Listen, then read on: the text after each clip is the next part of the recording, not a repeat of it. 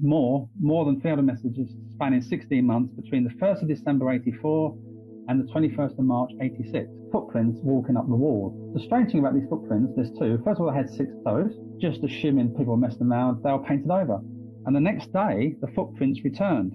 At one point though, Debbie comes back and finds all of her furniture in the front room thrown into a pile. Dodleston, the actual meadow cottage, seems to be key because there have been other poltergeist phenomena since Debbie and Ken left, and also before Debbie and Ken got there. And he saw a document called KDN, and it actually was addressed to Ken, Deb and Nick, the 3 people living in Dodleston Cottage at the time. And it was just a bit of nonsense. It didn't make much sense at all. As you can see there on the left, you know, it comes out with things about nightmares and bodies of the silent world and flowers. And Ken and Debbie received the following message on a standalone computer that they had borrowed from school. They thought, why not? We write back. They're testing the hoaxers. They're testing to see whether the hoaxers will play around and come back to them. Later the same day, they get a response and sign the letter 28th of March, 1521. In other words, over 450 years into the past from 85, in the middle of Tudor England. It's almost like, think of a hologram. It was floating. The words that he was speaking were floating in mid-air, and he only stumbled across that because his housekeeper, Catherine, was singing one day, and he saw the words appear. So he was never typing, he was just speaking, in the same way that I might do a dictation on a computer now. Messages will appear in hand. I've seen piles of them. Debbie's kept, you know, tons and tons and tons of bits of A4 paper with handwritten messages. He also drew sketches, and he also drew a couple of maps of one of the letters that he wrote, and Deb put it on the wall there. I've seen about 7 folders worth of this stuff. A couple of months later, it reappeared again with scorch marks. Ken just typed into his computer on the 27th of April, 1985, call in 2109. Later that day, they responded. And they said, we are sorry, but we can only give you 2 choices. Thoughts directly that give you some sort of guidance that will allow room for your own destiny. All we can say is that we are all part of the same God, whatever he or it is.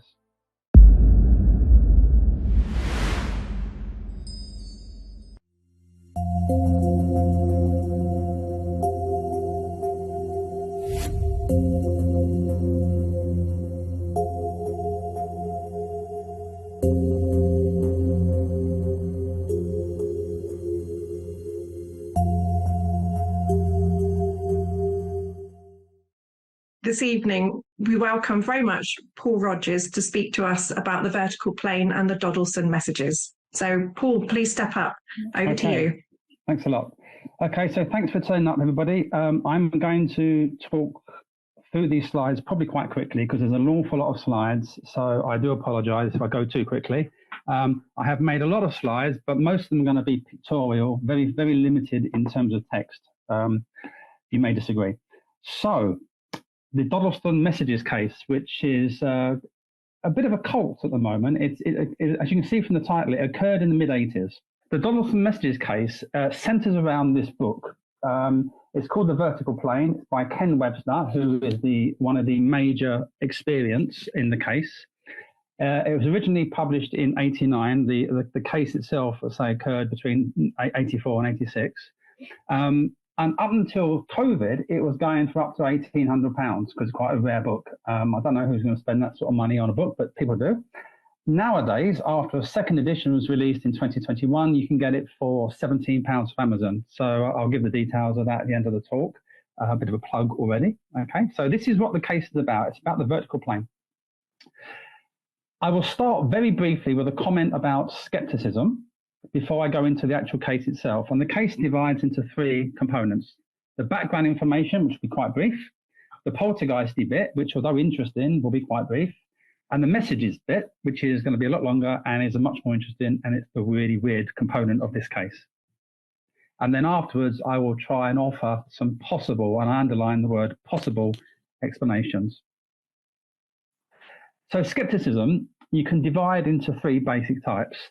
You might call the first type the knee-jerk dismissal of any paranormal claim without even investigating it cynicism, not interested in the cynics. A lot of skeptics, I find, tend to be debunkers rather than skeptics. A debunker resorts to populist scientific explanations in the absence of any evidence for those those explanations. So, for example, many so-called skeptics will dismiss a poltergeist case, claiming it to be either a hoax or maybe a naughty schoolgirl. That's the phrase they use: naughty schoolgirl or naughty school child, maybe making up stuff and just playing around and just trying to get some attention. So, skepticism proper is somebody who engages with well-reasoned criticism and takes a considered view based on the available data and the quality of evidence that comes to hand. Okay, it's okay if you're a skeptic to say we can't explain this, we don't know, and that's the approach I'm taking. I'm looking at the evidence we have, and I'll offer some suggestions of what might be going on. But really, at the moment, we don't know how it occurred. What you need to remember with paranormal is it's temporally bound. What is today the paranormal in the future may be explainable. Okay. So that comes from Irwin and Watt's book, Introduction to Parapsychology, really. It's temporally bound. So with that in mind, a bit of background on the case. The case, as I said, occurred during the mid-80s. On the left, we have an article from the Chester Observer in about 85, so when the events were going on. And that was based on an interview with Debbie and Ken, the two experienced. On the right, we have an article from the Fortean Times in about 98, about 10 years later. There are some radio interviews conducted around about the time things were going on in 89, Radio 4. Again, I think all three, Debbie, Ken, and Peter Trinder, who I'll explain who he is in a minute, they were involved with this interview. And a lot of people may have remembered seeing the Out of This World show from 96 with Hawarden. The case was depicted over two halves of two separate episodes around about, I think it was August, if I remember rightly. And each time you had about 15 minutes of the talk. It gives some interviews, and I take some quotes from that show later on. And if anybody wants the links, I'm happy to give them at the end. There's also now, since the second edition of the book has come out, quite a bit of interest in social media, in particular video casts. Now, there's a lot of them out there. Many of them are okay-ish, although I'm sure Debbie would disagree with that. There are some that are downright awful. They just decide to take the mick and just say it's all nonsense and without any debate or whatever. I found so far the best two are the Y files from 2022 and the in-between from last year.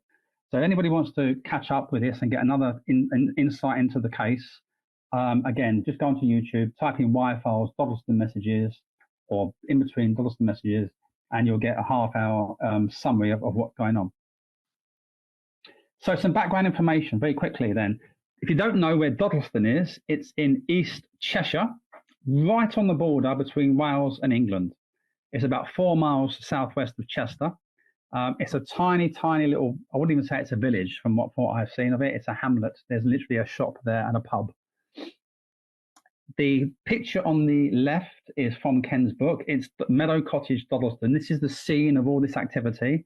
It's where Ken and Debbie lived in the mid-80s. There's a picture on the right, 40 years on, of what it looks like today. Here's a picture of the Meadow Cottage itself. Very, very small property, 2 up, 1 down. The green highlight over the kitchen is because that's where most of the activity occurred. And when I explain what that activity is, you'll understand why. But it's basically a very, very tiny property. And the point we're making here is that if there was somebody breaking into the property and doing this activity through a hoax of some way, you would know about it because you are literally sitting on top of your kitchen. Okay, that's one of the experience, Debbie, 19 years at the time. I met her in about 2006 at the Society of Psychical Research conference, and we've been talking about this case now for 19 years. And one of the reasons I'm pretty convinced by it is her testimony. Now, I know the skeptics would say that eyewitness testimony isn't worth anything. Her consistency and reliability over the 19 years on this case is one of the reasons why I'm convinced by it. Ken wants to remain anonymous, even though he wrote the book. So what I've had to do is, with a program I've been working on called the Advanced Facial Recognition and Image Disfigurement software, I've had to pixelate his image so you can't recognize him. It's still in a sort of prototype form, this software. So it's not quite right, but that's what Ken looks like. Okay, so that's Ken. I used to get a laugh. I can't hear anybody laugh, but there you are, doesn't matter. So on top of the two experienced, Ken Webster and Debbie Oakes, we have about 18 people who witnessed various facets of this case. The top one, number one, Nicola, was a friend of Debbie and Ken's, and she was staying with them when the first set of phenomena started to occur. She witnessed, as far as I'm aware, just poltergeist phenomena. Everybody else witnessed either poltergeist phenomena, but most likely messages, and I'll explain what I mean by messages in a minute. There were three key people in this list here. Numbers 2 and 17 are SPR investigators. Now, I don't mention them too much in this talk, simply because I haven't got the time, but they did come from the SPR and investigate the case. They were what you might call debunkers. And what came to light after the case is we don't actually think they were from the SPR, at least one of them may not have been. The other key person, there's two other key people in this. Gary Rowe at number 12 is a ufologist. I give some quotes from him. He investigated the case as well, and he is convinced it's genuine. And the third person, or the fourth person rather, is number 13, Peter Trinder.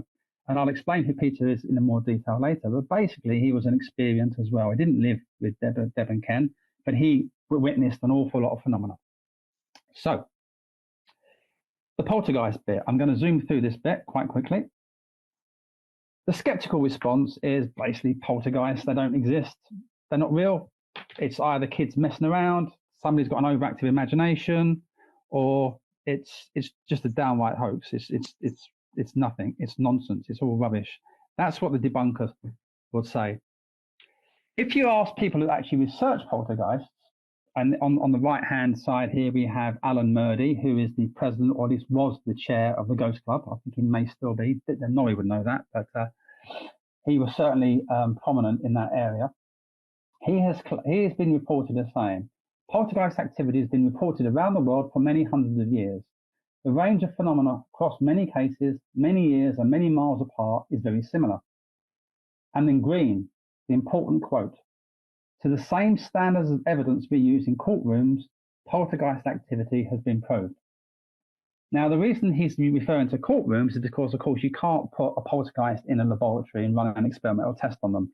It has to be retrospective, which is one of the claims that some of the skeptics say you can't test these in the lab, therefore it doesn't exist. Well, you can say that about crime, couldn't you? So what Alan is saying is basically based on the evidence and testimony people have given about poltergeists. If there was a court case attached, people will be convicted. So the evidence there is, from testimonial point of view, very, very strong. The problem, of course, with poltergeists is they're incredibly rare. Eric Dullan has been working on this area. I think he's French. He's been working in this area for a couple of years now, and he's written a number of papers. He's estimated that on average there are 2 reported cases per year. That's reported cases. How many other unreported cases, we don't know. In a recent paper presentation he gave at the PA, he estimated there's about 1,000 cases, well-documented cases of poltergeist activity going back to 500 BC. A lot of them tend to be in UK or Italy for some reason. Okay, but what's interesting for me there is the spike in the period between the mid-1800s and the mid-1900s. Now, I don't know, perhaps that's to do with the increase in interest in spiritualism, may or may not be, I don't know. But generally speaking, across the last 2,500 years, there's only been about 1,000 cases. If anybody wants some references about some of the medieval cases out there, I can provide those later on. These are about 9, 10 cases that are relatively prominent in the literature. And I've gone from 1964 onwards because they're the ones that really have been well documented. I mean, you could throw in the Battersea one from 1956, but basically I haven't done that. So Debbie's case, out of that lot, surprisingly hasn't been given that much treatment. It doesn't come up in the literature much. I mean, there are literally half a dozen, if that, academics that have mentioned it. I know Cal Cooper at Northampton has mentioned it very briefly in one of his books, possibly Phone Calls from the Dead, I'm not sure. But it's hardly ever mentioned. There was a reference to the case in a master's thesis in, I think it was cultural studies. It was talking about Dodleston in terms of time travel, which I'll explain that in a second, and about the cultural iconography of time travel. But they weren't taking that as a genuine case. I think they were just talking about it as a sort of cultural phenomena. So really limited sort of amount of information on the case. So what happened? Well, in terms of the poltergeist phenomena, it all started off quite tame. I think the first thing Deb and Ken noticed was coffee grinds in the sink, and they blamed each other and said, "Why are you throwing coffee down the sink? It's a waste, da da da." And then tin cans started to stack, and these were just sort of ignored as each other messing around, or their friend Nicola Bagley, who was staying with them, just messing around. It wasn't really taken seriously. The first really weird phenomena that they noticed, and actually Nicola noticed it, was the appearance of footprints walking up the wall. And the strange thing about these footprints, there's two. First of all, they had 6 toes, and just assuming people were messing around, they were painted over. And the next day, the footprints returned, which is spooky enough in one sense, but even more spooky is they returned in a slightly different position. So despite painting over the first set of footprints, the second set of footprints turned up. And if I remember rightly, I think that was enough to make Nicola want to leave the property and not come back. So she was a bit scared. Other phenomena were balancing cutlery. There's a saucepan balancing on top of a door frame there. It looks like at the top that it's being hung over by a handle, but I can assure you it's not. It's actually balanced there. On the right-hand side, you have a broom and a chair balancing on what looks like an upturned table. Again, these are from Ken's book, so you can look for yourselves. Minor stuff. At one point, though, Debbie comes back and finds all of her furniture in the front room thrown into a pile, and likewise her kitchen ransacked. I mean, that photograph there is as it was found, with one exception. The saucepan in the foreground was moved into position because it was slightly out of shot. Otherwise, that's how they found it. And of course, skeptics will say that they've either been burgled or they've done this for effect to sell a book. But I can assure you that they deny that, they being Debbie and Ken. So in terms of poltergeist phenomena, this is a summary of about 23 major types of phenomena spanning the more recent cases. And of all of those, as you can see there with the ticks and the crosses, Debbie's case, or the Dodleston case, had vast majority of them. There was no physical assault on anybody, although Debbie did accidentally get hit by some small piece of lead piping when it was thrown. Nobody was levitated, as far as I'm aware. There was no evidence of spirit possession. There was no evidence of people being thrown around.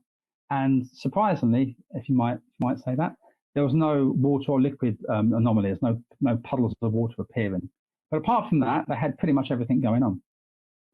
And the core ones, the movement of objects and the noises, they're asterisks. They had plenty of those. Just to compare Debbie's case, I keep saying Debbie's case, of course it's Debbie and Ken's case, but I know Debbie more.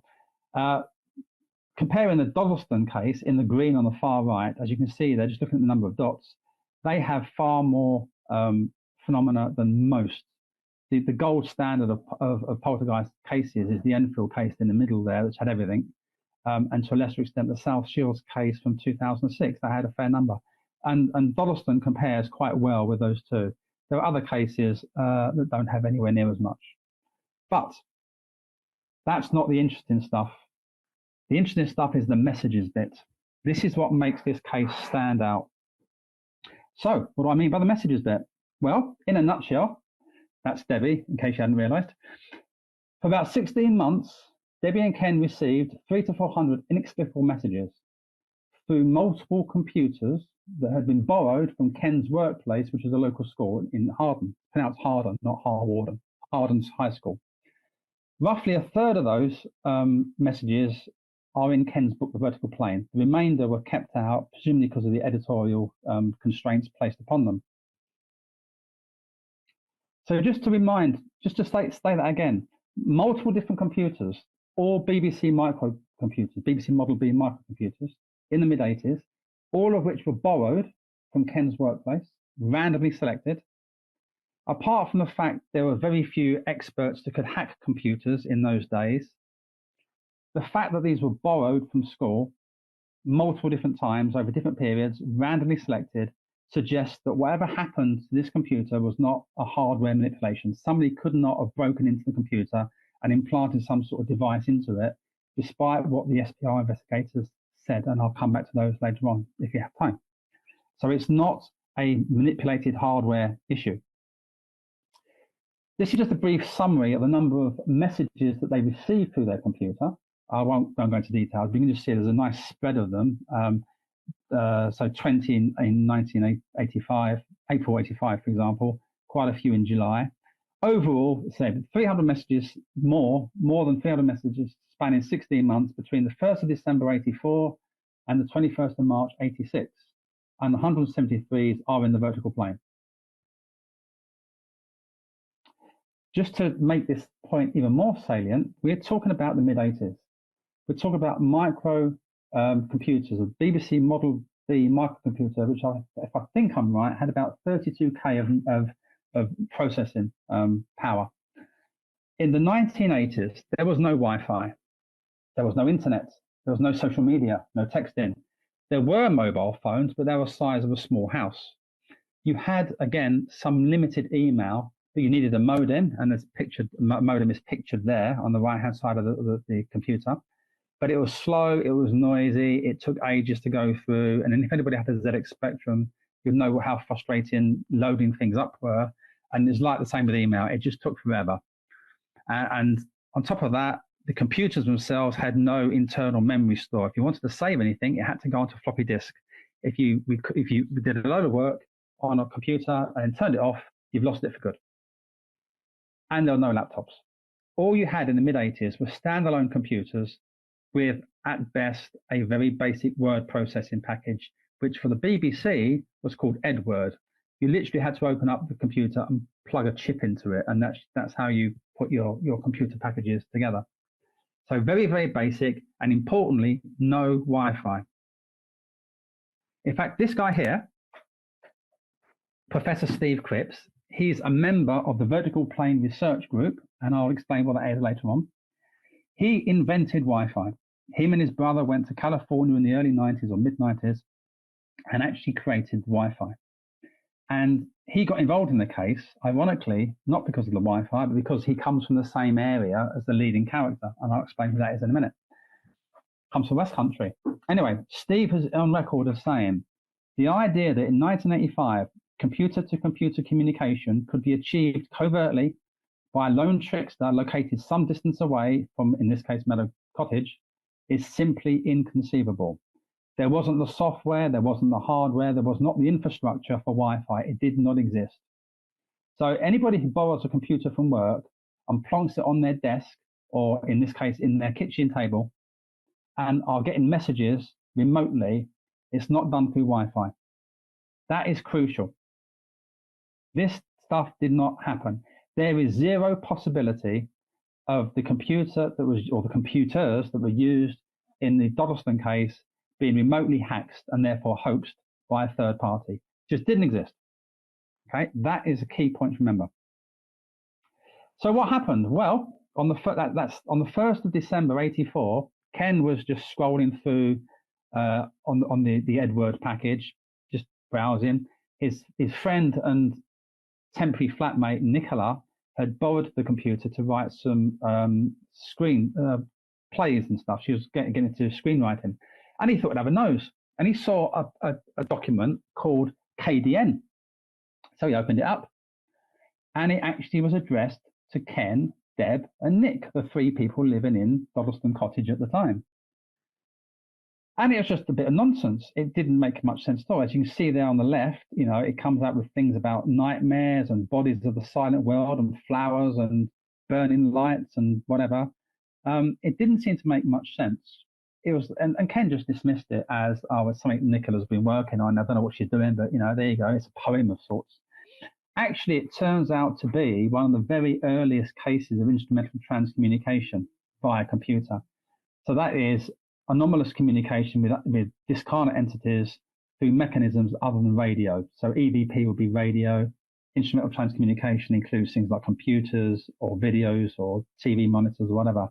According to Debbie, it's the second ever case of computerized ITC. I don't know where she got that information from. She's done a lot of research on this herself, so I'm taking her word for that. But it's, if not the first, it's the second. So that was in December. In February, 2 months later, because they just forgot about it, they just ignored it, they get another message. And this one is written in what appears to be medieval, and in particular early modern English. And on the left-hand side of the screen, you can hopefully see the text as was written on this computer screen. On the right, you've got the modern-day English translation by Peter Trinder, who I mentioned him earlier. Peter Trinder is the third experient in this case. He's an English teacher. He was one of Ken's colleagues. He's the only one that really initially took the whole thing seriously, I think. And he was asking for this language. He was trying to analyze whether the language was genuine or not. And he spent hour upon hour upon hour going through the Oxford English Dictionary and backward interpreting this text. So I'm not going to read out all the text. Just read the book for that. I mean, it'll take forever. But I'm going to read out this first example, the English equivalent, just to give you a flavour of the sort of messages Ken, Debbie, and Peter were witnessing. So I think when it's I can't see the screen. I think it's February the 2nd or whatever. I can't see the screen. But anyway, in February '85, Ken and Debbie received the following message on a standalone computer that they had borrowed from school, and it read in English, modern English: "I write on behalf of many. What strange words you speak, although I must confess that I too have been badly educated. Sometimes it seems changes are somewhat obstructive, for many a time they disturb me sleeping in my bed. You are a worthy man who has a fanciful woman," which I'm assuming is Debbie, "and you live in my house. I have no wish to alarm you, for it is only since the half-witted trick ripped apart my confines that I have been tormented at night. I have seen many changes, lastly the schoolhouse and your home. It is a fitting place with lights which the devil makes, and costly things which only my friend Edmund Gray can afford, or the king himself." So early modern English has been dated between the years 1500 and 1700 AD. The reference to the king there at the foot of that text, well, if it's a modern text, the last king, I think before Charles III, was George VI, who died in 52, 33 years before this case took part. So who's this king he's talking about? And who is LW, the person who's just signed the letter off? LW. Who's that? Don't know. So Ken and Deb at this point thinking this is just all nonsense. This is all a hoax. Somebody, somehow, we don't know how, is getting into our computer, our borrowed BBC Micro B Model B computer, and giving us these strange messages written in a strange language with some sort of wind up. So they spoke to their, what's more here, sorry. LW makes reference to the fact that Ken and Deb live in his house. It's a great crime to have stolen his house. So he's claiming that Meadow Cottage was his property.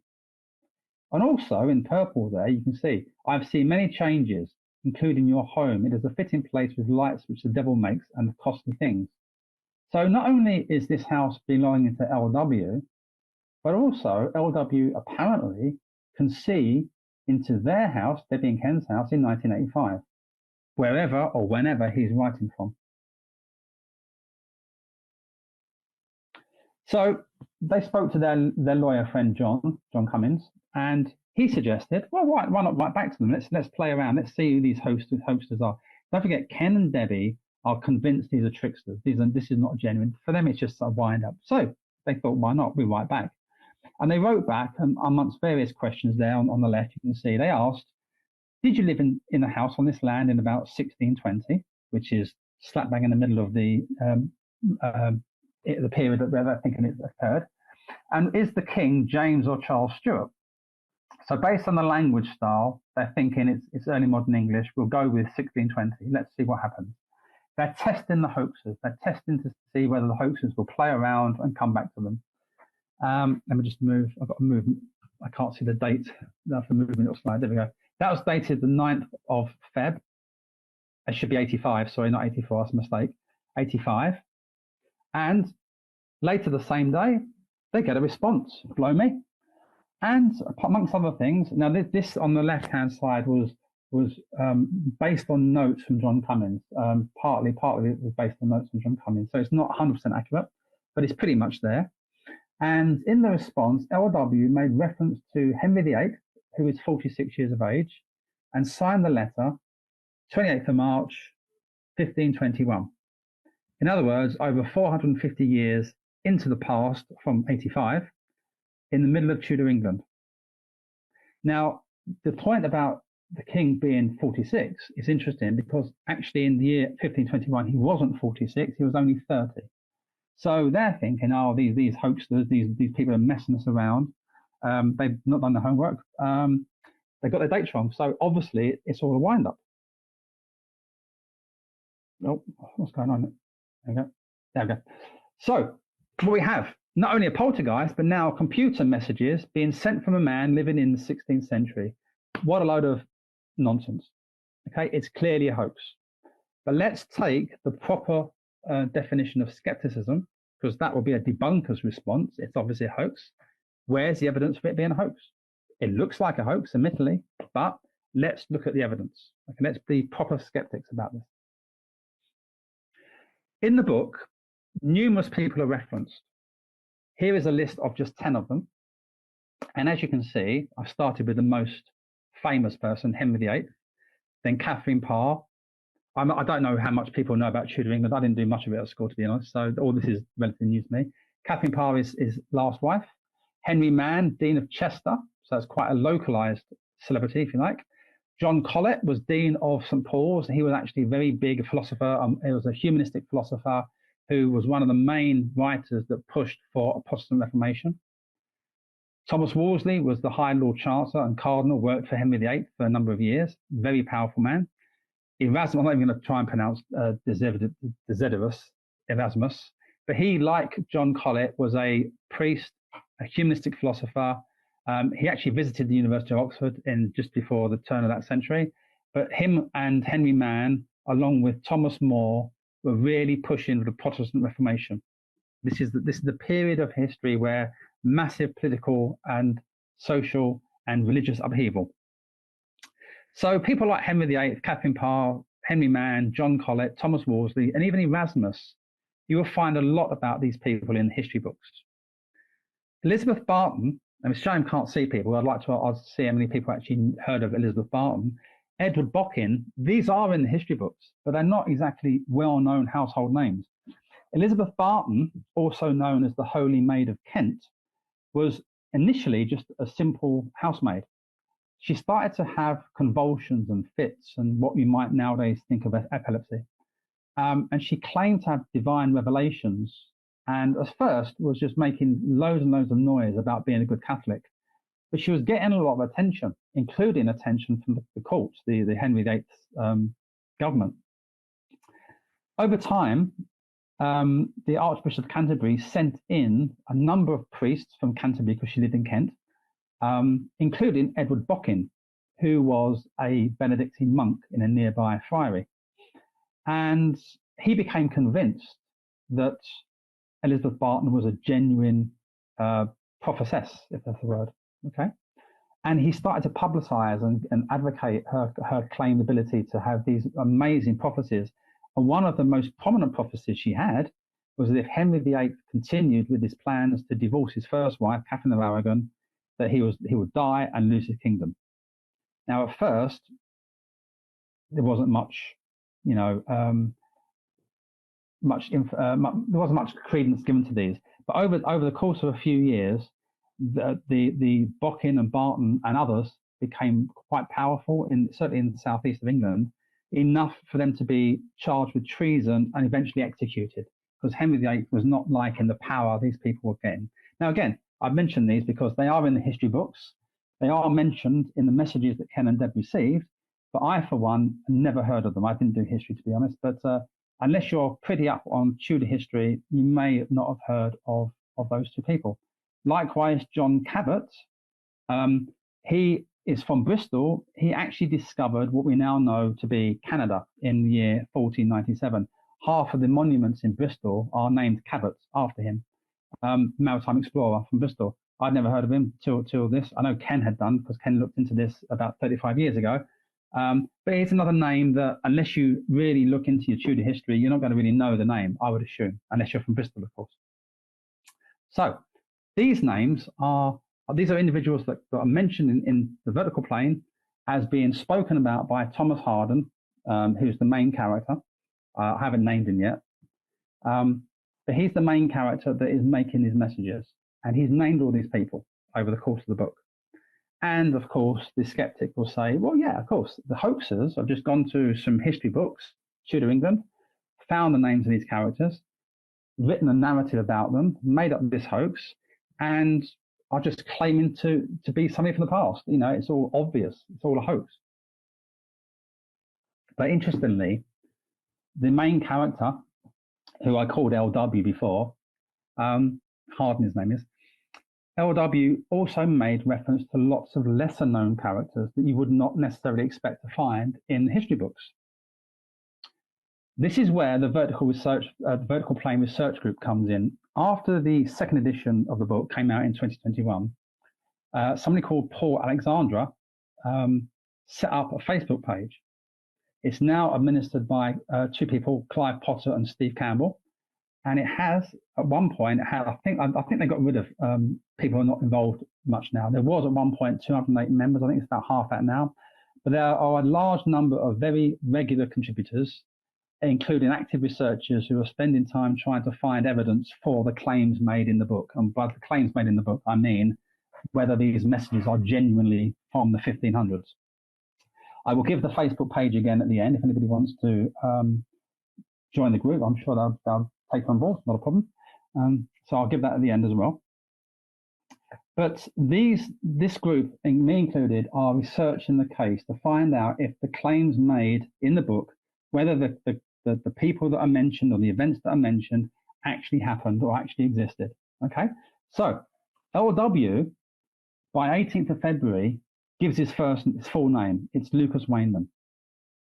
So we now have somebody who's potentially verifiable. He also states in another message, which I don't have up, but because of time, I would have put it up otherwise, that he worked or studied at Jesus College, Oxford, and he's writing from the year 1521. So we can go to the record books and find whether or not somebody called Lucas Wayman was at Jesus College, Oxford. If it was, that's quite impressive. But there was no evidence of that. Okay, so the skeptics are saying, there you go, see, I told you, it's all made up, all nonsense, all rubbish. Okay, so it doesn't exist, all fictitious. However, if you know your history, certainly history of Oxford University, you will know that Jesus College was not built until 50 years after the character is supposedly writing from, in the year 1521. So Jesus College wasn't built until 1571. So again, the argument is that the hoaxers, if that's what they are, we just made a mistake. They got their dates wrong. So, interestingly, though, about a few weeks later, Debbie and Ken get another message, dated 10th of March.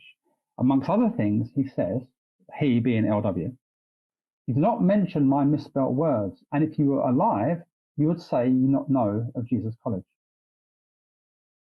So in other words, what he's done is made up the name of a college, and I think there was a Jesus College at Cambridge at the time, but he's made up the name Jesus College to try and test the authenticity of Ken and Debbie. In other words, the man claiming to be from the 1550s, or 1520s, sorry, Lucas Wayman, doesn't trust the people he's speaking to via computer, then Ken and Deb. And of course, if he is a real person, he's talking via this weird contraption in a time of major superstition and witchcraft craze.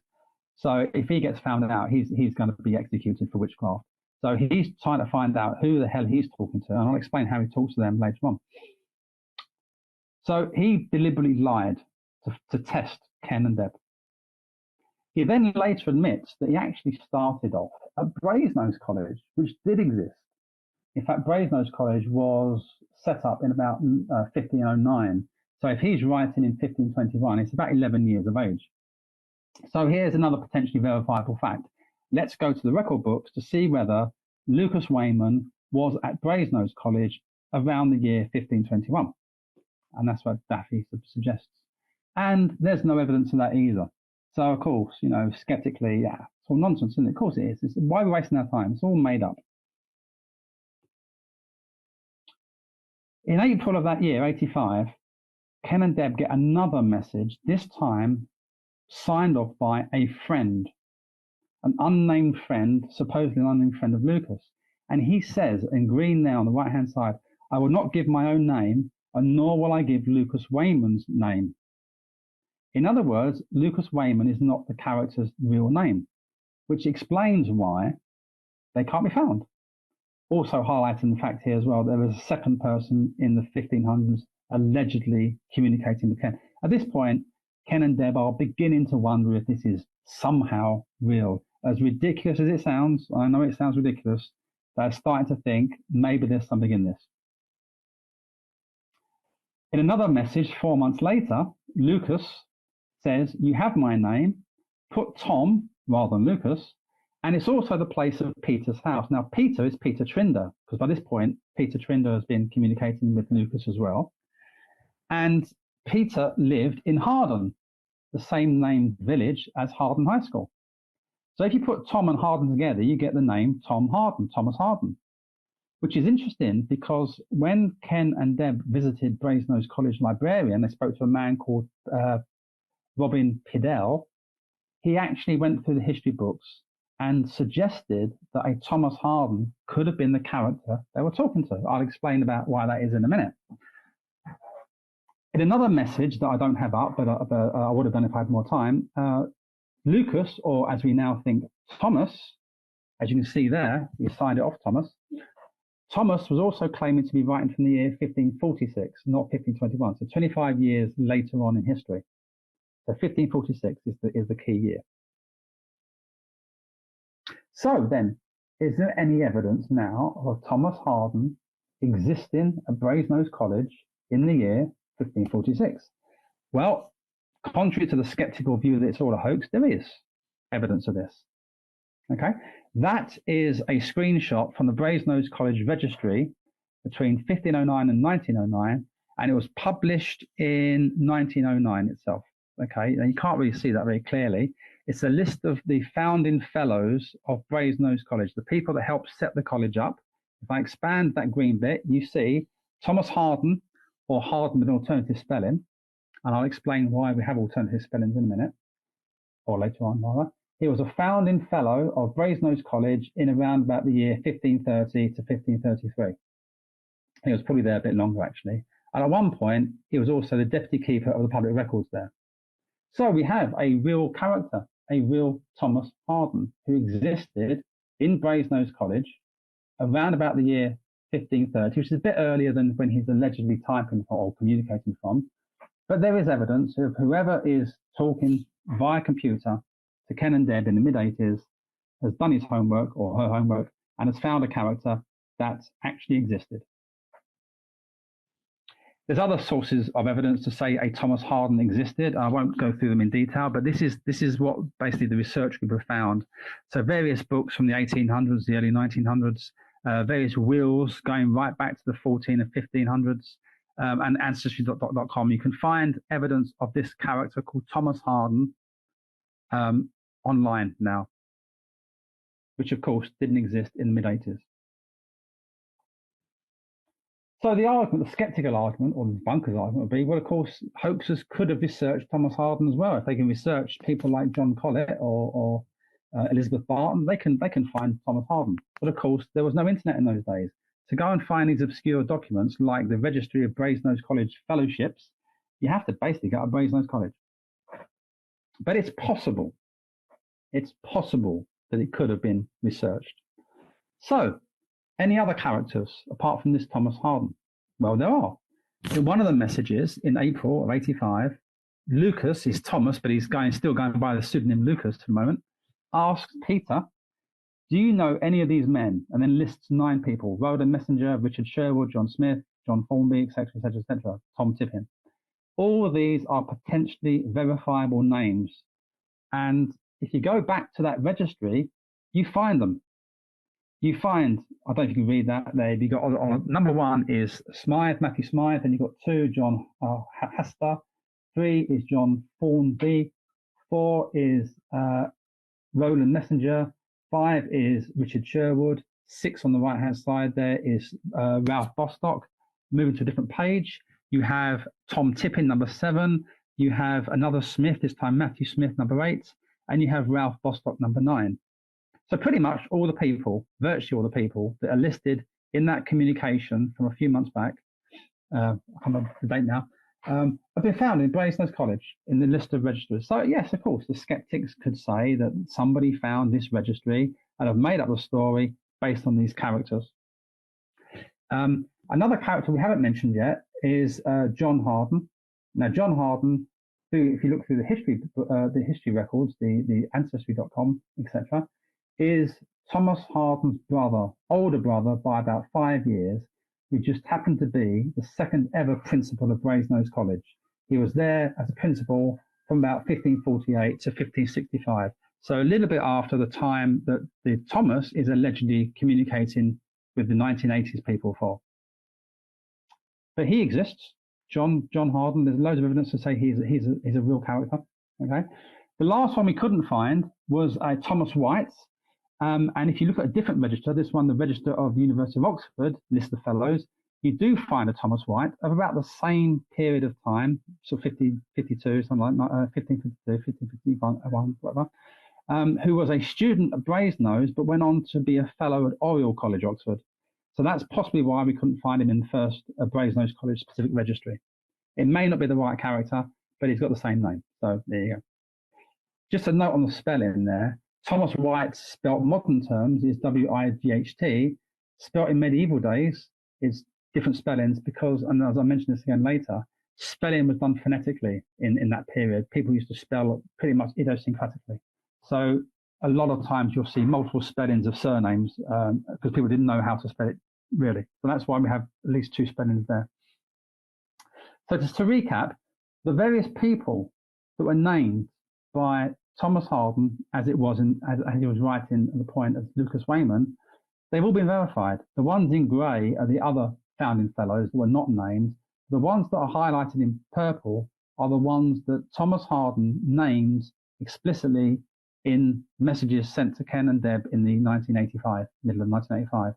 The one in green is Thomas himself, who obviously didn't name himself, and the one in orange is his brother, who he didn't name. But all of those people, all those 11 or so people, were in the registry of the Brasenose College Founding Fellows, which was published in 1909.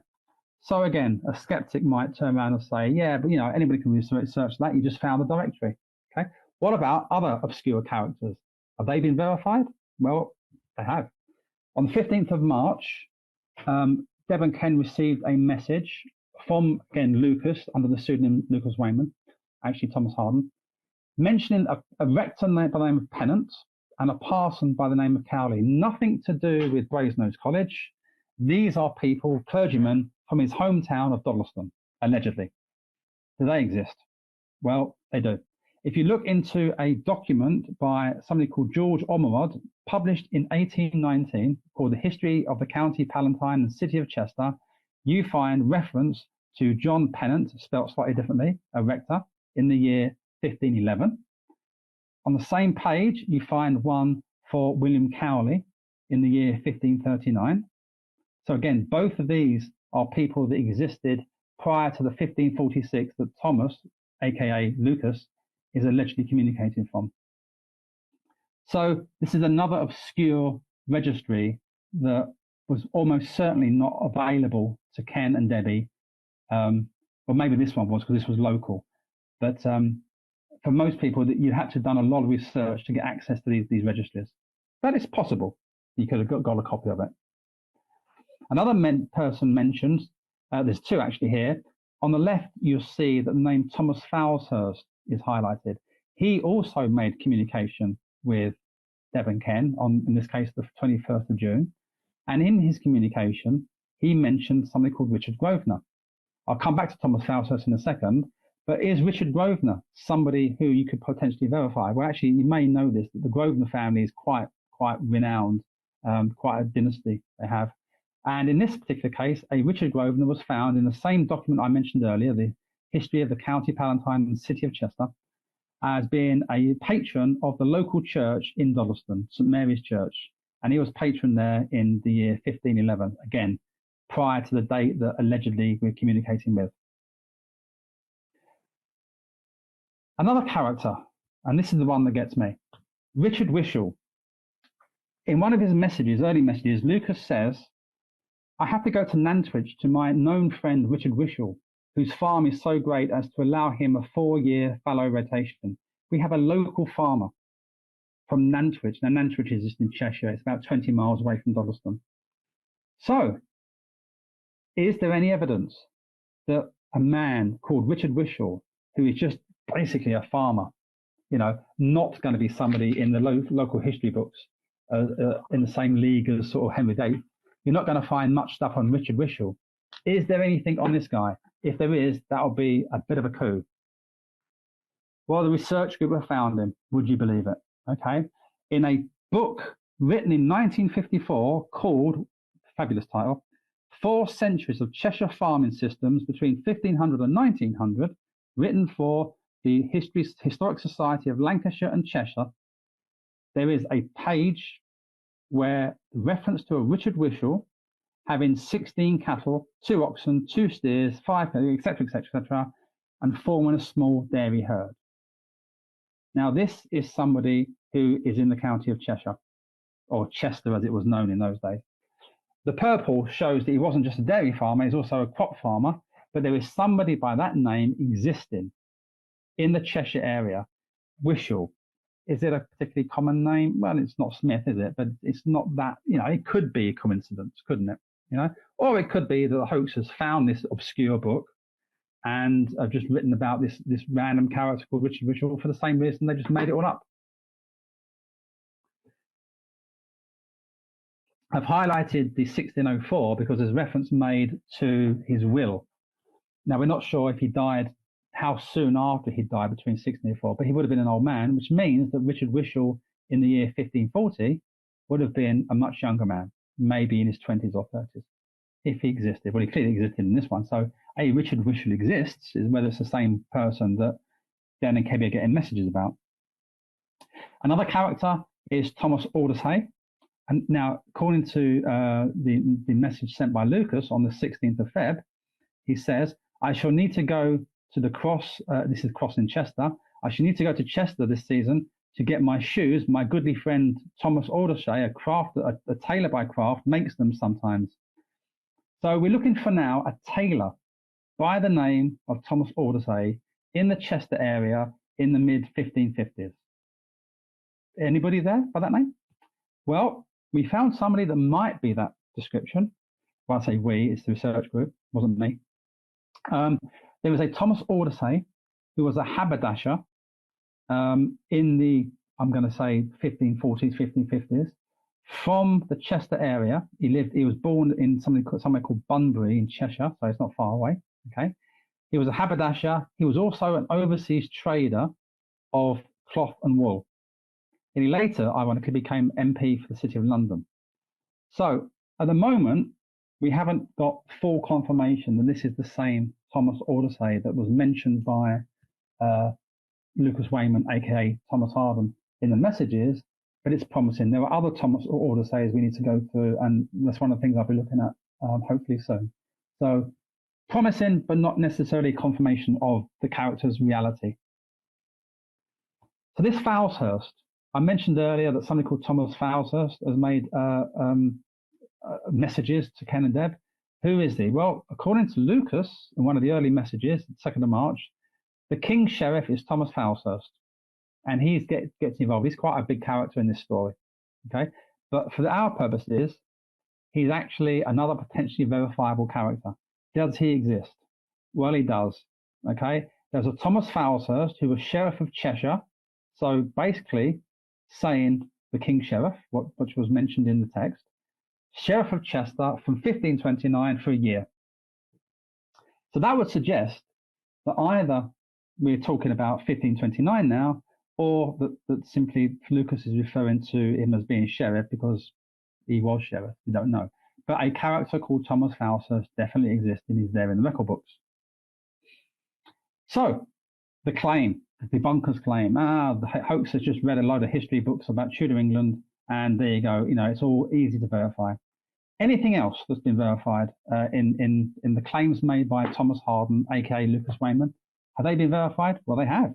Okay, I won't go into great detail. You're getting the gist of it now. But one of the things that Thomas / Lucas mentioned was some of the books he read when he was. Now he says here Jesus College, but what he's referring to is Brasenose College. Some of the books, there's some lists there. And if you look into the history books, and I think Ken found this out through Brasenose College librarian anyway, back in the late 80s, these books all existed. Okay. Epistolae Obscurum Viverum it's actually pronounced Mutanus Rufus. There's a slight spelling mistake there on Thomas's claim, but apart from that, pretty convincing. Erasmus, who I mentioned earlier as being this Dutch priest and philosopher, he's written a couple of books published in the year 1511. There was a book about poetry, the art of poetry by Marco Girolamo. Now, the reference made in the previous message was slightly wrong there because Marco Girolamo is the two forenames and not the surname of the character. But apart from that, spot on. And John Skeeton, who is quite an infamous poet in that era, was two works by him, A Goodly Garland and Colin Clout. Now, what I find really interesting there is reference was made to A Goodly Garland by the character claiming to be communicating from the 1500s, 1550s. But actually, the Goodly Garland was the pet name or the nickname of what was called the Garland of Laurel. Now, I did have a screenshot. I don't think I've got it now. No, I haven't. I did have a screenshot that confirmed that the Garland of Laurel was often referred to as the Goodly Garland. But you have to do some pretty obscure digging to find that out. Okay. The other interesting thing, if you go back to that last message, if you see the last third line from the end, Colin Clout by John Skeetons, for which he was imprisoned by the unlikable Wolsey. Well, there is confirmed evidence that John Skeetons was imprisoned by Cardinal Wolsey. So again, the date is slightly wrong, but either the hoaxers, if they are hoaxers, have done a lot of digging and found out some very obscure stuff, or they all knew, they're all experts in Tudor history, which is possible, or there may be something genuine, communication across time. Just to summarize then, of the 27 people mentioned, I think there might be one or two missing actually, I need to update, but there's about 30 people. But most of those mentioned, pretty much all of them have been verified. There were a couple with slight ambiguities, Thomas White, Thomas Aldersay, and Marco Vida. Actually, Marco Vida is genuine, but the spelling was slightly wrong, so it's a bit of confusion.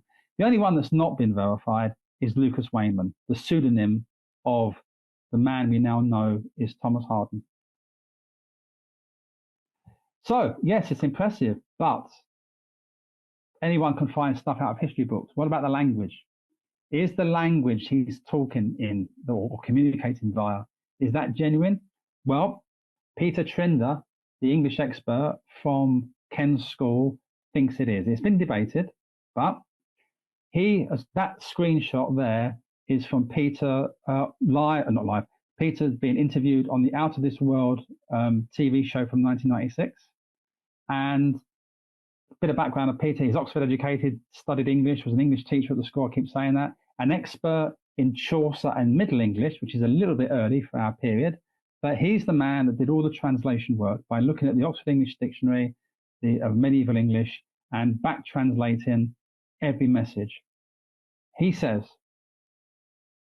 that, first of all, he's the person that identified the text as being early modern English. He created a glossary of nearly 3,000 as then yet unknown early modern English terms, many of which have been verified by academics since then. This was in the late 80s, so it's a long time ago now. And, sorry, I must admit, he basically, I'll give some quotes in a second, but he is convinced the language is genuine. Now, Richard Wiseman, as the resident skeptic on this program, this Out of This World program, went to see Dr. Laura Wright and interviewed her in 96. And she's on camera as saying that the vocab is outdated, the verb structure is not correct, and if it's genuine, it's not genuine, and if the language is a hoax, it's a pretty poor attempt at hoax in early modern English.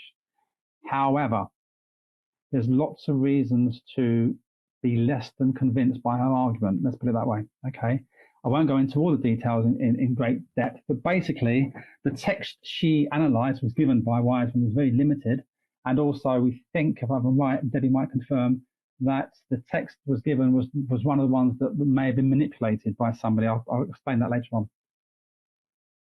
Claiming the text by Thomas or stroke Lucas was outdated ignores the fact that when people lived in rural areas in the 1500s, their language and writing style was outdated relative to people who were publishing works in London or other universities, because there was no formal education, there was no teaching, there's no single way of writing stuff down. It's very idiosyncratic and very much based on the way words sounded.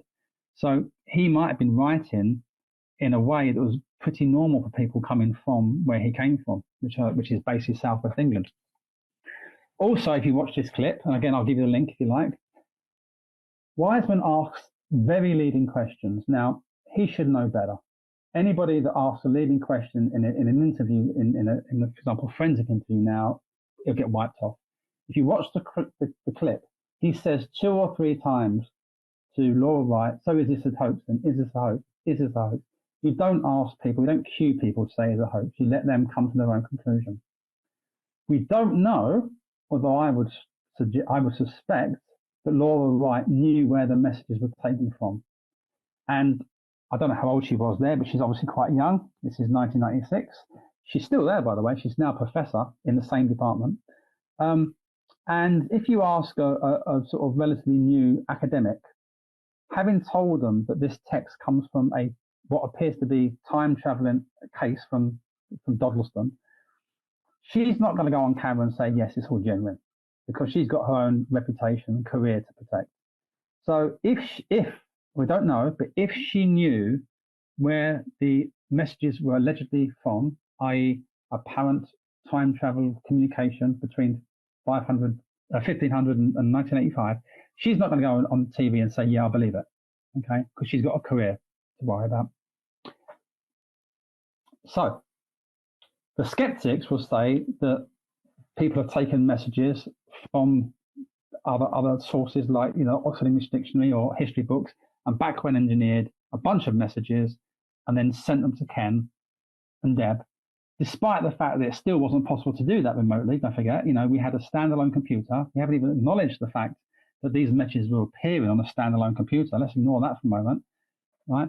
Were the messages genuinely written in early modern English? Well, according to Peter Trinder, and this is him again on the TV show in 96, saying this on camera, who could devise such documents using the Oxford English Dictionary backwards by searching out little known terms and then checking every word used, not only for its meaning, but also for its form and a particular period of time?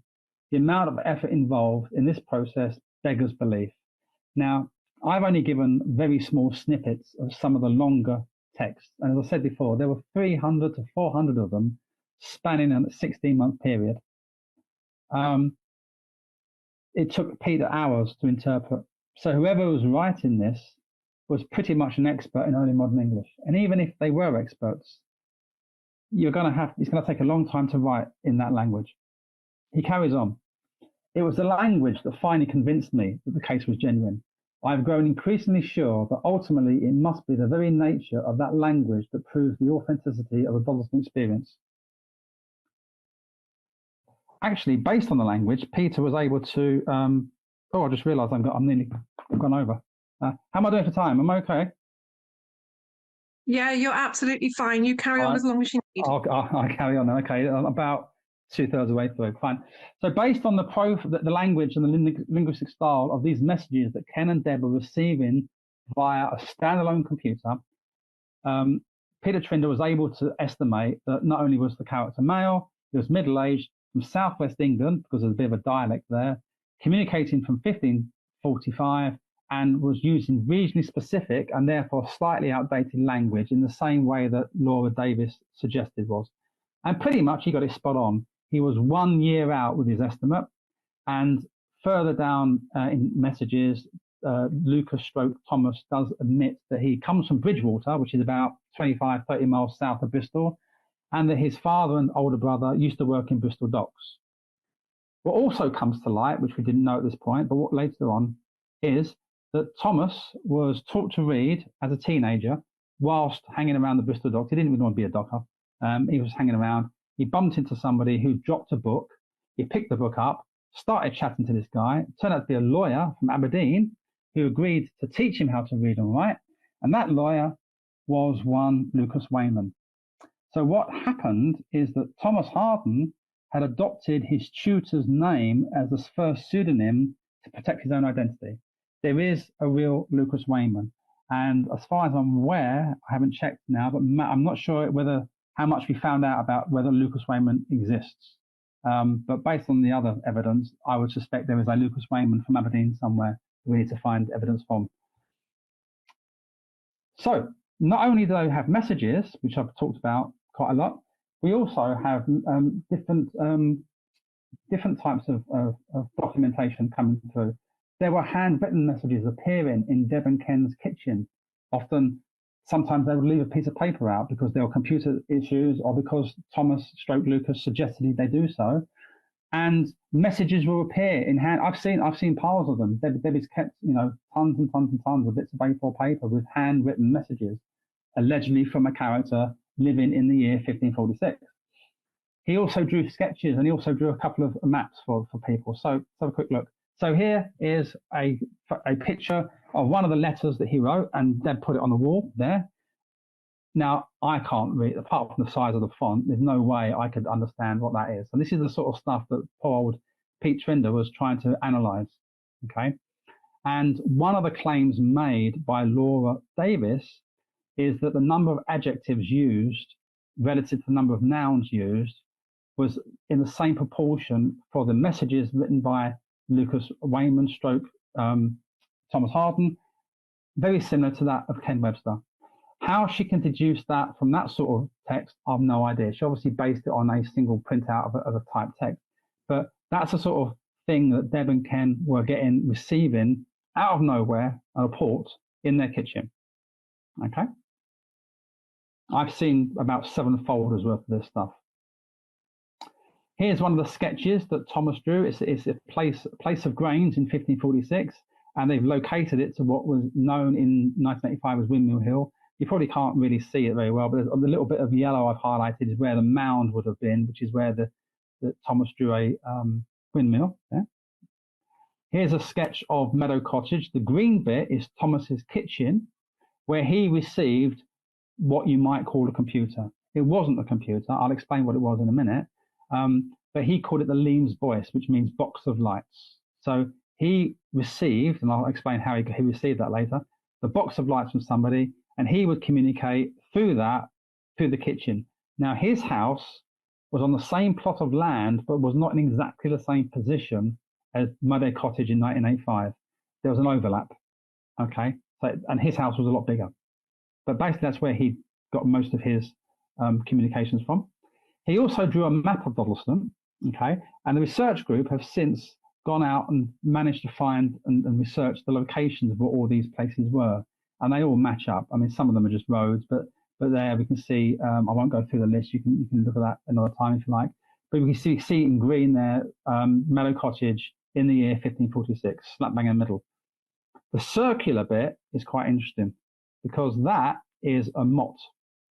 And you can see it on the map, but on more modern maps, you can't see the motte. And more modern maps of Dodleston, there is none.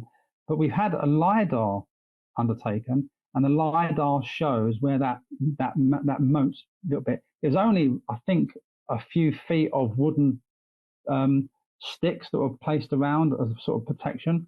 And there's evidence from LiDAR underneath, like an X-ray. So there's evidence that you can't see with the naked eye, but it is there if you have the right equipment to see it. So that matches up with the map that Thomas drew of Dodleston from allegedly the year 1546. So On top of all that lot, you have photographs disappearing. So you have apports and reapports. So at one point, Ken was trying to explain what a car was to a man allegedly living in the year 1546.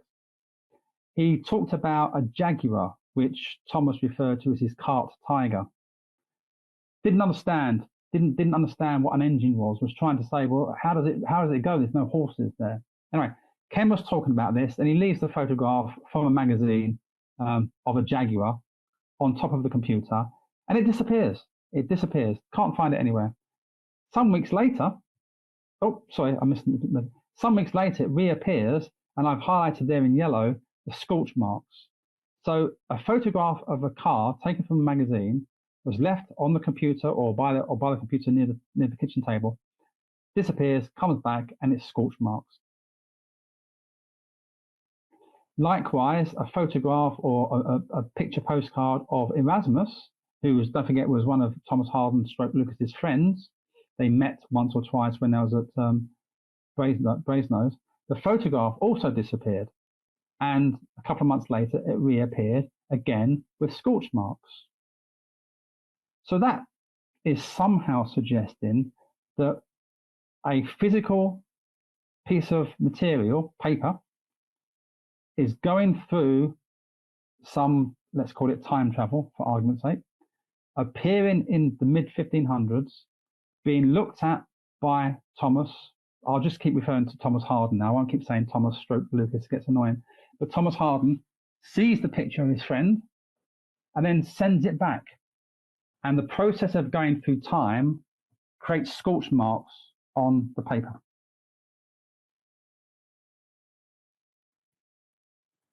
So in terms of whether Thomas Hawarden existed, he certainly existed to Peter, Debbie, and Ken. Don't forget, I've known Debbie for nearly 20 years. We've talked about this. Debbie talks about Thomas Hawarden in the same way normal people talk about their family. She talks about him as if he existed. And to quote Peter here, this was not a dream, neither single or collective. It was not a work of the subconscious mind. Thomas was entirely real, speaking intimately as a close friend, though over the space of 4 centuries. The conviction remains strong. This, by the way, is an interview from '86. It's in the back of Ken's second edition of his book. If the experience can be proved, it can be momentous. This is a pretty unique case. So at least 3 people, plus 3 people being Ken, Deb, and Peter, plus the other witnesses, are all pretty convinced that this is genuine. Now for the really weird bit. I did say I was going to go on for over an hour, didn't I? There you go. Never mind. So the really weird bit.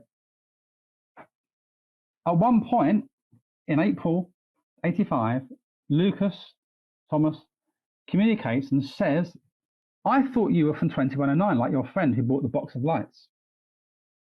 What he's suggesting is somebody from the future came to visit him in his own year of 1546. So that's 600 years into his future and roughly 125 years into the future of Deb and Ken, who are writing in '85, 134 years it is. Okay? So there's another character from our future that gets involved if 2109 is the year.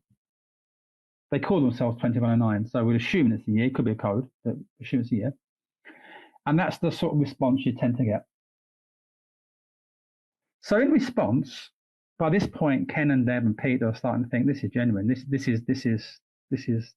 We're having too many real-time interactions with a character that's writing in early modern English, who's responding to our questions, who's engaging in dialogue, who's divulging information that we can then go and check out and seem to be true. So if that's genuine or appearing to be genuine, let's try and see if we can contact this character called 2109. So Ken just typed into his computer on the 27th of April, 1985, call in 2109. And would you believe it? Later that day, they responded. They referenced Ken, Deb, and Peter, so they could somehow know who was in the house. And they said, "We are sorry, but we can only give you 2 choices. One, you either have your predicament explained in such a non-rhythmic way that you may have instant understanding but cause what should not to be to happen, cause what should not be to happen. Or 2, try to understand that you 3 have a purpose that shall in your lifetime change the face of history. We 2109, so as a collective term, must not affect your thoughts directly, but give you some sort of guidance that will allow room for your own destiny. All we can say is that we are all part of the same God, whatever he or it is. So first of all, they're pointing out the possibility of predestiny. Ken, Deb, and Pete have a predestined purpose in this world. And that if we tell you about it, you're going to change your own destiny. So we're not going to tell you about it, creating the paradox. Later on, they make reference to experiments. If you continue to disrupt our experiments, then it is likely you will find your own destiny. So there's an experiment that these characters from 2109 are talking about. You'll see there on the top left, it's addressed to David. That was Dave Welsh, who was a member, allegedly a member of the SPR that came to investigate. I'll say allegedly, you'll see why later. Now, in another message that Tomas wrote, or sent rather, didn't write them, sent them, in the 15th of September, he makes reference to the fact that some of his early messages were adjusted, or not as he had written them, or not as he had spoken them. Okay, and the implication is that 2109 was interfering, editing some of the text, and that would explain why, for example, the dates didn't marry up. The date between 1521 and King and Henry date being 46. That date was wrong. One of those 2 dates was wrong because he was only 30 in the year 1521. And what Ken and Deb have suggested is that perhaps the editing process was deliberately designed to throw them off the scent, because 2109 did not want Ken and Deb talking directly with Thomas Hawarden. And they think that that was a way of manipulating the interaction between them. Okay. Another message by 2109 does confirm that Lucas Wayman is the same person as Thomas Hawarden. It does confirm also that some character or entity that they call One gave Lucas / Thomas the Leames boys the box of lights. And they also suggest, 2109, that they are not actually in control of the experiment. Don't say how or who is doing the experimentation, but they are not fully in control of it. But this would still suggest a time-traveling experiment conducted from the year 2109. One of the things 2109 did do is suggest that Fermat's last theorem could be explained. Now, the reason they did that is because members of the SPR, by this point have turned up, wanted to test the hoaxing hypothesis and sent in some questions, they typed in some questions onto the computer, left them for 45 minutes while Ken and Deb were in the other room being watched, then deleted those questions, bearing in mind there was no memory, so once they're deleted, they're gone. Those 10 questions actually contained a duplicate question as a way of tricking the alleged hoaxers. And one of the other questions was, can you tell us whether Fermat's last theorem is ever going to be solved? Now, I won't give you what Fermat's last theorem is. It's a very simple equation, but it's an impossibly complex thing to solve. It was formulated by Fermat in the year 1637, and it's taken people 350 years of failure to get anywhere. 2109 suggested that in order to solve Fermat's last theorem, you need what they called a new conversion formula. And this was written by 2109 in September 85. Within 9 years, Professor Andrew Wiles from Oxford University had proven, you can see Fermat's last theorem written on his blackboard there. He had solved Fermat's last theorem in a proof that took 100 pages. To do so, he had to invent something called a modularity lifting approach in mathematics, which was described as a stunning advance in mathematical theory, and that gave him what is essentially the Nobel Prize for Mathematics. It's like the Nobel Peace Prize, but for mathematics. Okay, he became knighted as a consequence of solving this. This has taken 350 years, and it was predicted 9 years earlier that it would be solved with a new conversion formula. And 9 years later, he introduced a new converting modularity lifting conversion formula. Is that a coincidence, or is it predestined or foreknowledge? It's a bit of a risky thing to predict, but you never know. You know, this is what skeptics say, all coincidence. So further comments by 2109 in January of 86, coming towards the end of the case now, they make reference to a brilliant researcher who's a ufologist, whose name is Gary Rowe. And they then go on to give details, telephoning him real, and there's a number. He is a UFO enthusiast. And they asked Peter to telephone him. Now, obviously, in those days, you had the Yellow Pages. You can get details out of the Yellow Pages. Fine. So that doesn't tell us anything. But, you know, they suggest that we contact, or they suggest that Peter Trindler contact Gary Rowe to find out more about what he knows. So they do. They contact him. And he doesn't believe it first. Oh, sorry, skip ahead. He turns up. He thinks that they've taken the mickey. They, being Ken and Dev and Pete, think that he's the one doing the hoaxing. So both parties are sort of skeptical of each other. Anyway, so Gary Rowe decides to get involved. He sort of comes over to the house in Dodleston. He says, I want complete control. I want to run some tests. Give me full access to the house, fully expecting that they're going to say, no, go away. But they didn't. They said, no, you go ahead. You take whatever information or time you like, and you can have access to the house. We'll keep out of the way. So he ran a bunch of tests. He did tests for ESP, for example. I don't know why. He obviously thought PK might have been involved. But anyway, so after some extensive testing by this ufologist, he was fairly convinced. This is a screenshot from a video made in 2018, so what's that, 7 years ago, for the Swansea UFO Network. I can actually say Gary Rowe has now written a book about his exploits on UFO. He's about 90, I think he said. He's written a book that was published this year on his exploits in ufology. He gives 6 pages to the Dodleston case, but he doesn't divulge anything. He does say in this video, though, the messages continued between Ken Webster and 2109 for some time, with Ken believing all along that this is nonsense perpetrated by one of his own pals, or by somebody else, or by others that he could not explain. But it was happening. It was definitely happening. Moreover, he says, now what started to happen is that Gary Rowe and 2109 started to communicate directly without the input of Ken or Debbie or Peter. What would happen is that Gary would leave a letter in the kitchen on top of the computer with strict instructions for Ken not to look at it. And the letter would disappear. And some days later, a response letter would come back with instructions that fit to be given to Gary Rowe with Ken not looking at it. And 2109 and Gary Rowe were communicating.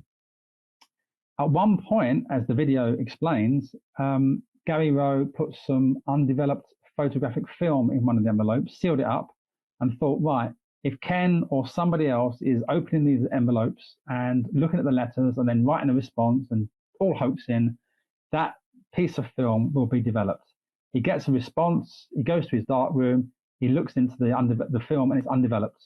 So whoever was reading his letter to 2109 was doing so without opening the letter.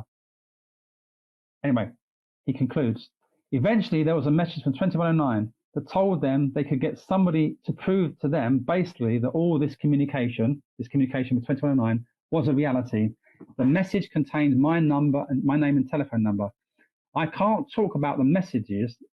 I gave my word to 2109, and my word is my bond. So you'll just have to wait and see. But don't worry, and this is the bit that intrigues me, I don't think you're going to have to be waiting too long.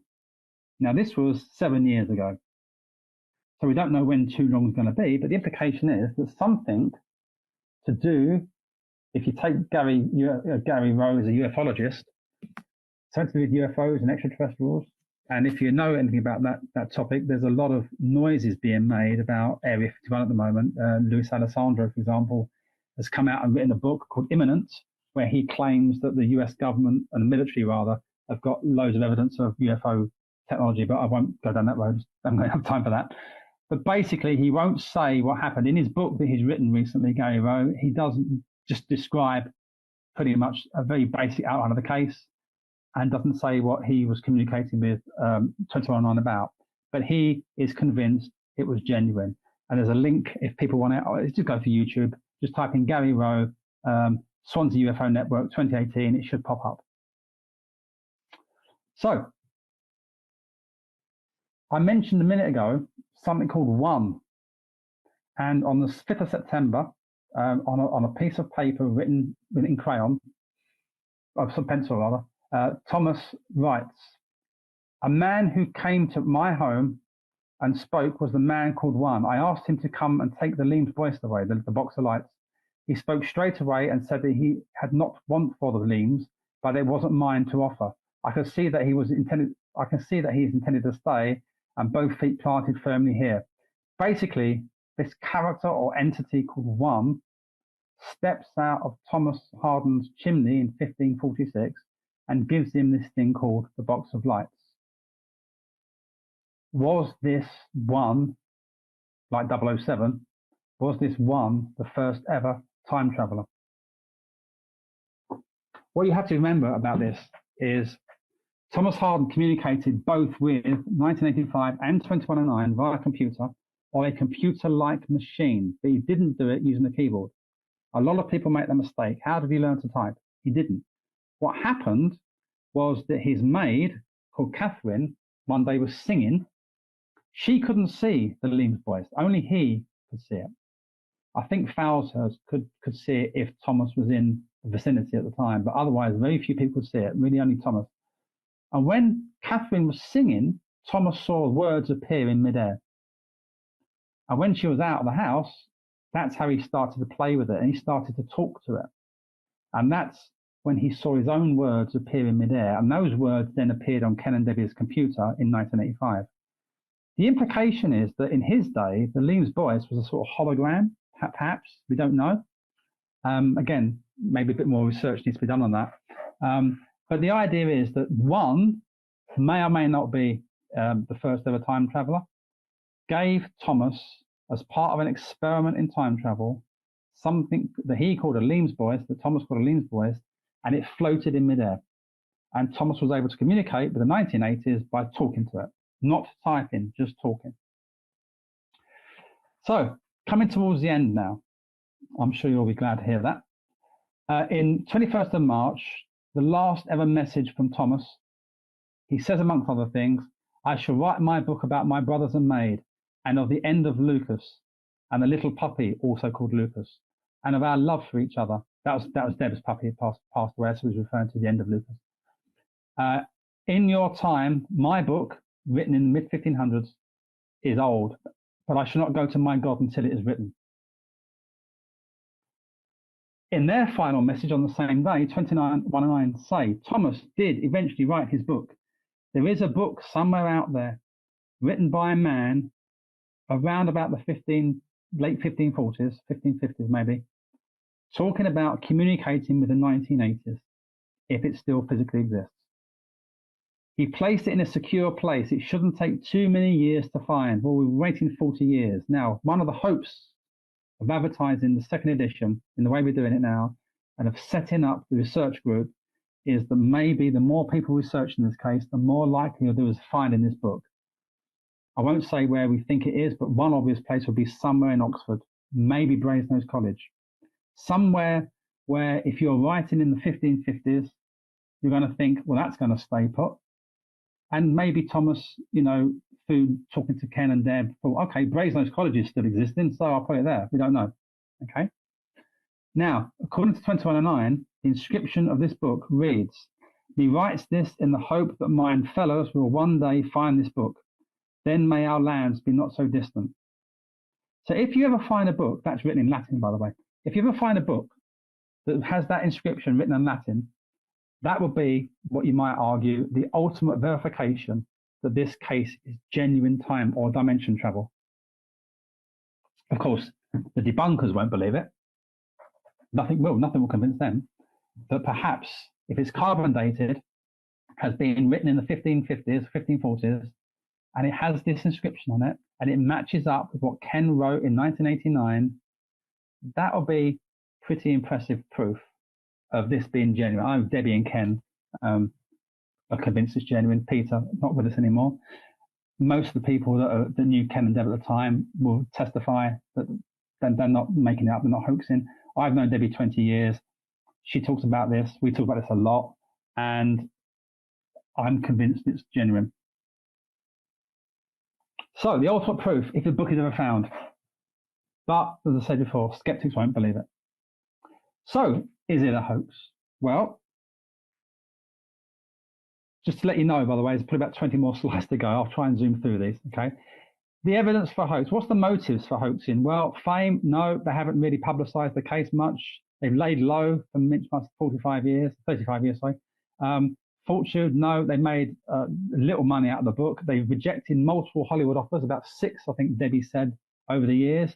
If they're going to cash in, they're going to cash in 35 years ago and take the money and run. They didn't. It's way too complicated to be a prank.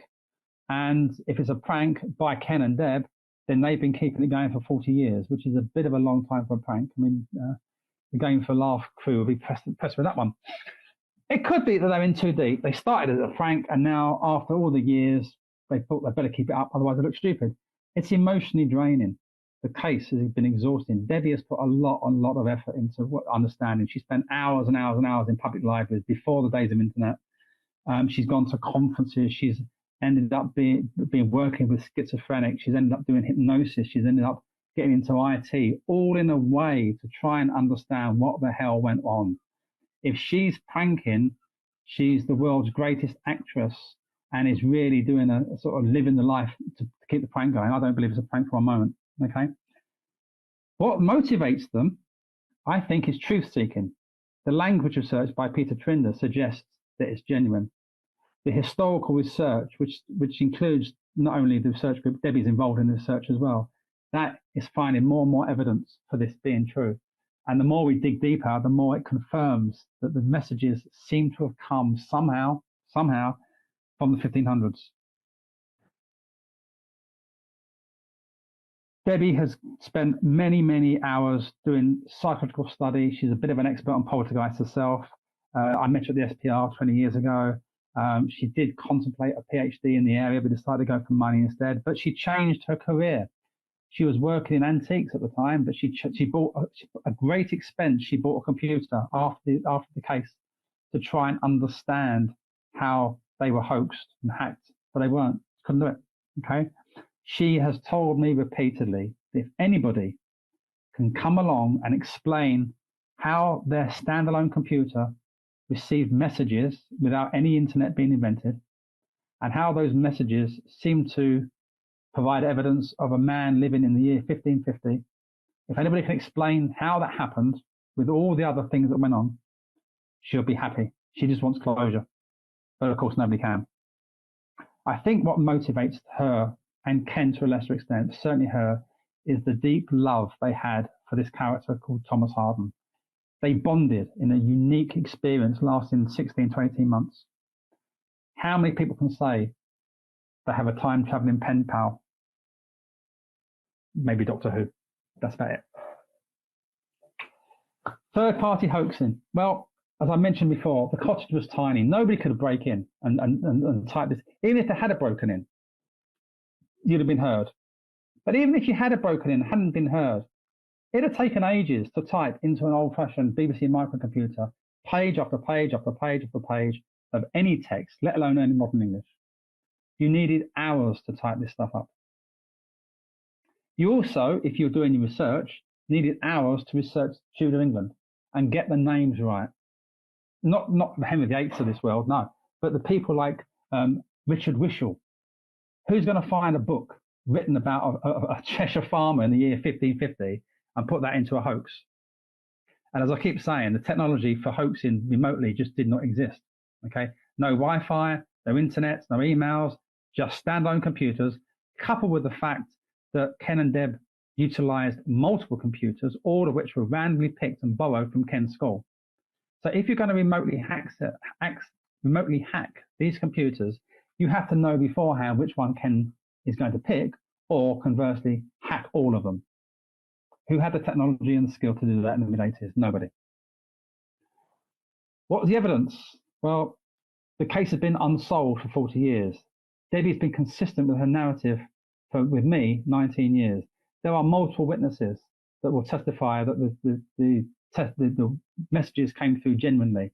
The motives, I've said before, I've just mentioned that. The SPR I mentioned investigated. Now, the two investigators were not convinced, but they were classic debunkers. They come up with all sorts of nonsense explanations. The favourite one was that somehow Ken and or Deb and or Peter put some sort of listening device under the keyboard so they could then determine, presumably through Morse code, that somebody who was tapping away on their computer, even though there was nobody in the house, was tapping away on their computer and through understanding Morse code could interpret medieval English and then respond to it. That's more ridiculous than time travel in my book. Anyway, the thing that's interesting about the SPR investigators is they disappeared after this. No report was made to the SPR. There's no record of them ever being assigned to the case. And one of the people was not even known to the SPR. So don't know who this character was, but that was all very fishy. The SPR basically messed up. The language, I've got a question mark next to the language analysis because although Peter Trinder is convinced, other people like Laura Davis isn't. I don't think she would want to comment on it now, to be honest. There were other expert testimonies besides Trinder. Gary Rowe and Steve Cripps are convinced it's genuine. There's archival research by the research group with TVPRG. The more we find, the more it supports the case. And predictions made by 2109. The Solvin and Fermat's last theorem is the strongest evidence that they knew, had foreknowledge. But there's other things I haven't mentioned, I haven't got time, but other things they've suggested may happen. For Deb and Ken, and probably Peter, this had a very, very real impact. And as I said before, Deb in particular, but Deb and Ken had a real deep bond with this character who was communicating with them from the 1550s. What we have is a case that is contrary to how we understand the physical world. What I've put there underneath is only contrary to what we know about the physical world now. It's what we presently understand the physical world. And if 2109 is the year, another 85 years' time, who knows what is going to happen to technology. I did have some slides about what's happened in technology in the last 85 years. I haven't got time to go through those now. But we don't know what's going to happen. What I can say is there are people now that are very much into the idea of time travel. I'll mention that very briefly in a minute. So, possible explanations. What it seems to be that 2109 are either physicists or quite possibly an artificial intelligence from that year. But Tomas, the Dodleston trio of Ken, Deb and Peter, in the mid-80s, possibly other people, and there is evidence to say that 2109 have contacted other people in Europe. I think it was Luxembourg and Germany. Ken mentions this in the footnote to his book, or in the postscript in his second edition of his book, so you can read that if you like. Okay. But anyway, Tomas and the Dodleston trio are part of an experiment in either trans-temporal, a time travel, or trans-dimensional communication. And this is implied in some of the messages that 2109 refer to. The entity, if that's what it is, if it's not a collective, it's an entity, have set the groundwork for trans-temporal and trans-dimensional communication. And that in turn has allowed this character they call one to be the first trans-temporal or trans-dimensional traveler. But there are certain controls imposed, one of which is we can't tell you how it works, otherwise it would change history. I haven't put it up, but they did make comments. 29 made some comments about what poltergeists are, and they referenced the tulpa, which is a thought form that takes on its own identity and becomes its own independent agent. I haven't got time to go into that, but if you read the book, there is reference by 2109 to what a tulpa is, and they suggest that poltergeists are a form of tulpa. Oh, that shouldn't be happening. Okay, so here we go. That's the same one. Ignore that. So, general conclusion. This is a quote I've nicked from John Palmer. John Palmer was talking about psychic ability, and I just bastardized that quote. So, in my impression, over the many years, is that critics of the Dodleston poltergeist and messages case are very good at providing conceivable, normal explanations for the phenomena witnessed and the messages received, but they are rather poor at providing plausible explanations for them. And the most obvious example to that would be what the SPR suggested. I mean, that's even wackier than what we're talking about, but there you go. Never mind. So, a little postscript. In the last few months, I've been reading around the time travel literature. There are a lot of people now, well, not that many, admittedly, but there are a number of people, serious physicists, who are seriously contemplating about the possibility of time travel. Now, if you know anything about physics, Einstein talked about forward time travel in his special theory of relativity in 1905. And the basic argument there is if you go fast enough, you will travel forward in time relative to the framework in which you've left, in which case the Earth. So if you zoom off at near light speed into space, it might only be a year for you, but when you get back to Earth, everybody on planet Earth have aged 100 years, and you've actually, technically speaking, forward time traveled into 100 years. But the real problem is backwards time travel, which is what we're talking about here. And there is some arguments that time travel backwards may be possible if you have, for example, a wormhole or what's called a time-like cycle, or something called Tipler, suggests the Tipler cylinder. All these are theoretical and quite outlandish and almost impossible to ever try and to access. So the argument going through a wormhole is that you're going to get crushed and spaghettified, is the phrase they use. But we're not talking about material, human beings going through time. We're talking about information going through time in the same way a PDF is information. It's a book, and you can send it to Australia in a matter of seconds. We're talking about communication, emails, if you like, between time periods. And there is one character, I've not put his book up there, I should do actually, Ron Mallett, who's a retired professor of Einsteinian physics in, I think it's Connecticut or Philadelphia. He claims to have invented a time machine based on lasers, where he has been able to send back information backwards in time. And that was about 15, 20 years ago. So if you look at Ron Mallett on the YouTube, he will talk about his time travel. He's written a book as well. It's not a particularly good book, but don't quote me on that. It doesn't go into the details of what he's done. It's more about his own history. But he was motivated because he lost his dad when he was 10, and he wanted to create a time machine. And he thinks he's now managed to provide a mechanism for sending back information through time. So we might be at the start of the time travel revolution. There's also books on time slip phenomena. I won't go into them in much detail, but this is where people feel they're in different time periods. Only instantaneously. There's lots of cases of this. The most famous one being two Oxford academics in 1901 went to Versailles, walking around the gardens, and for about 15, 20 minutes were living life in the 1700s. And they wrote a book about it in 1911 called An Adventure. If you find that, that's I've not read that myself, but that's the most famous case. There's other cases, and there's books about time slip phenomena. If that's related, it may not be related, but it suggests that perhaps our understanding of time is not what it is, or not what it should be. And actually, philosophers talk about time not being a linear concept. And then likewise, there are very serious physicists talking about the possibility of parallel universes and the multiverse. And that stems from a guy called Hugh Everett, who, in trying to understand quantum physics in 1956, came up with the many worlds hypothesis of quantum mechanics.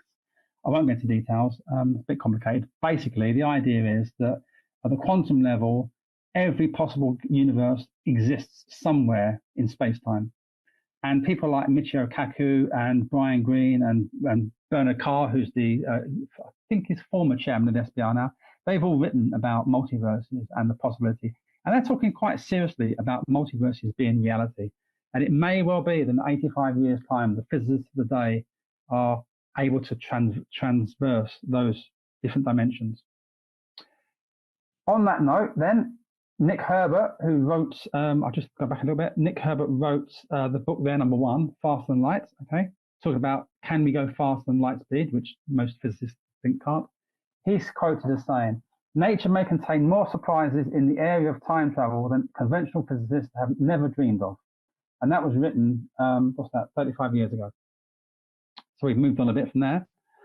More recently, Cliff Pickover. Now, Cliff Pickover has written, where's it gone now? Where's it gone? It's there, it's number 4, Pickover, Time Traveller, okay? He's written a book on time travel. He's seriously explained how it's feasibly possible, at least at the moment, theoretically, if not practically. And he says, don't believe anyone who tells you that humans will never have efficient technology for backwards or forwards time travel. History is filled with underestimates of technology. Just remember, 1985 to 2009, 2009 is 124 years. If you go back from 1985 to 124 years, that's the start of the US Civil War. Think about you talking to somebody at the start of the US Civil War and trying to explain to them what a computer is.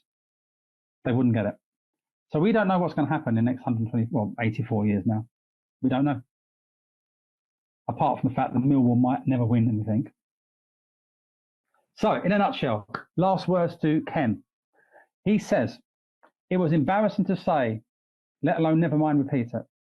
As I spoke, the fuller version flitted across my mind. Lucas Wayman in 1546 thinks up words which appear on my BBC computer across a 400-year time span." He starts off his book by saying, "I didn't say it was possible, I said it happened." And he's actually paraphrasing William Crookes, who was talking about the physical medium D.B. Hume. Ken believes it, Debbie believes it, Peter Trinder believed it, Gary Rowe believed it. Based on my interactions with Debbie over 20 odd years nearly, I'm convinced, as much as I could be without actually witnessing stuff, that it's genuine. But of course, it sounds ridiculous. I know it does.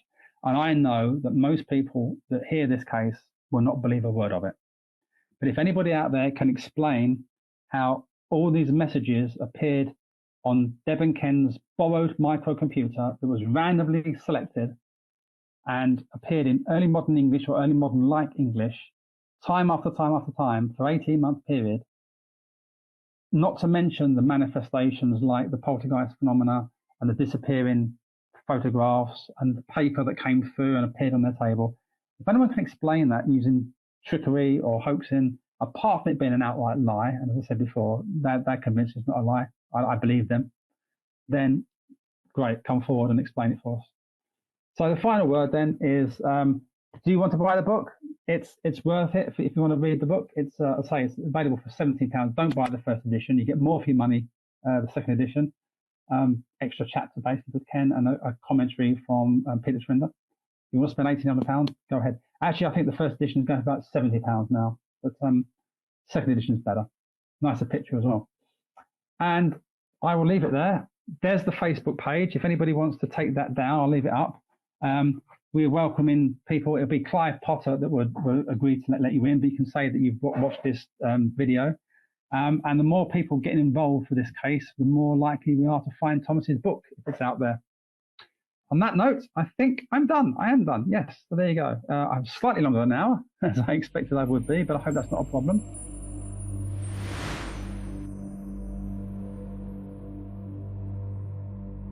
Thank you from the bottom of my heart, because I know that you don't do interviews or talks very often, so we are honoured, and I hope that all of the ASSAP members here watching and on YouTube later, when we've uploaded, actually they realise that it's not often that Paul gives this talk. So thank you. No problem. Sorry, yeah. So I'm not a physicist. I'm actually a psychologist. There's no psychology in what I've just talked about. I've got some evidence, but I was going to say, I mean, I think that the IONS group do a lot of stuff about quantum mechanics and consciousness. So that's the Institute of Noetic Sciences. And Dean Radin, I think, has written about this. He's written a book called Entanglement, which is essentially quantum mechanics. And he's linked that to consciousness and the paranormal. There are other books out there. I've got some behind me. I can't pick them out now. But there are several books on quantum mechanics and how it links to the paranormal.